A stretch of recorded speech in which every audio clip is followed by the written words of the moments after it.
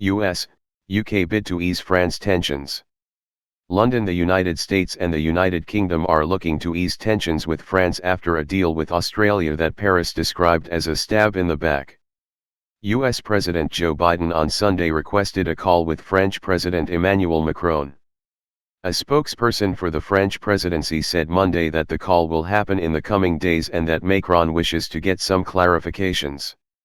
Meanwhile, UK Prime Minister Boris Johnson on Monday said he is very proud of his country's relationship with France and that our love for France is ineradicable. It comes after news last week that Australia was cancelling a submarine deal with France and instead was buying new technology from the United States, in cooperation with the UK. The new arrangement will see Australia acquire nuclear-powered submarines rather than conventional ones in what some experts describe as an attempt by the United States to step up its position against China in the Indo-Pacific region.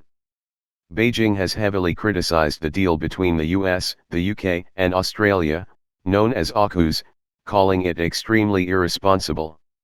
There was a lie, a major breach of trust. France has not held back following news of the deal and went as far as recalling its ambassadors from the US and Australia. There has been a lie, there has been duplicity, there has been a major breach of trust, there has been contempt. So it's not okay between us, it's not okay at all. It means there is a crisis, Jean-Yves Le Drian, the French Minister for Foreign Affairs, said Saturday to Info France 2.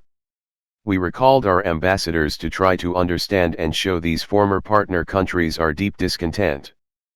But also, once they are here we will have the occasion to re-evaluate our position in order to defend to the best extent our interests both in Australia and United States, the minister added. Le Drian also said that, so far, there isn't a date to send the two ambassadors back. France has also cancelled a meeting scheduled for this week between Paris and London. A spokesperson for the French presidency on Monday said the original contract between Paris and Canberra includes compensations, but did not disclose any values. When Australia signed the deal with France in 2016, the cost of the submarines totaled $40 billion, according to Reuters.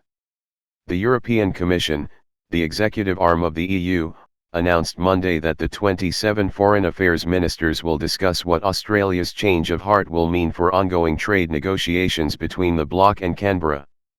Europe's diplomatic innocence.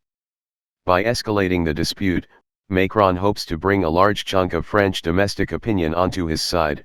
Macron also hopes to force other EU countries to grasp that they now need to take sides, not perpetually equivocate on European defense and industrial strategy, Mujtaba Rahman, director at the consultancy firm Eurasia, said in a note Saturday. These topics are particularly important for Macron as France gears up for a presidential election in April.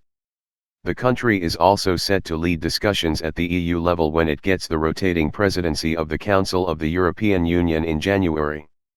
I think that Europe is emerging from diplomatic innocence, France's foreign affairs chief Le Drian said. In fact, Josep Borrell, who heads the EU's foreign affairs portfolio, had said in the wake of the announcement, "We must survive on our own, as others do." Australia does not regret its decision.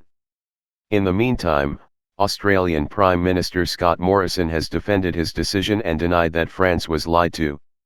Ultimately, this was a decision about whether the submarines that were being built, at great cost to the Australian taxpayer, were going to be able to do a job that we needed it to do when they went into service, and our strategic judgment based on the best possible of intelligence and defense advice was that it would not, Morrison said Sunday, according to the BBC.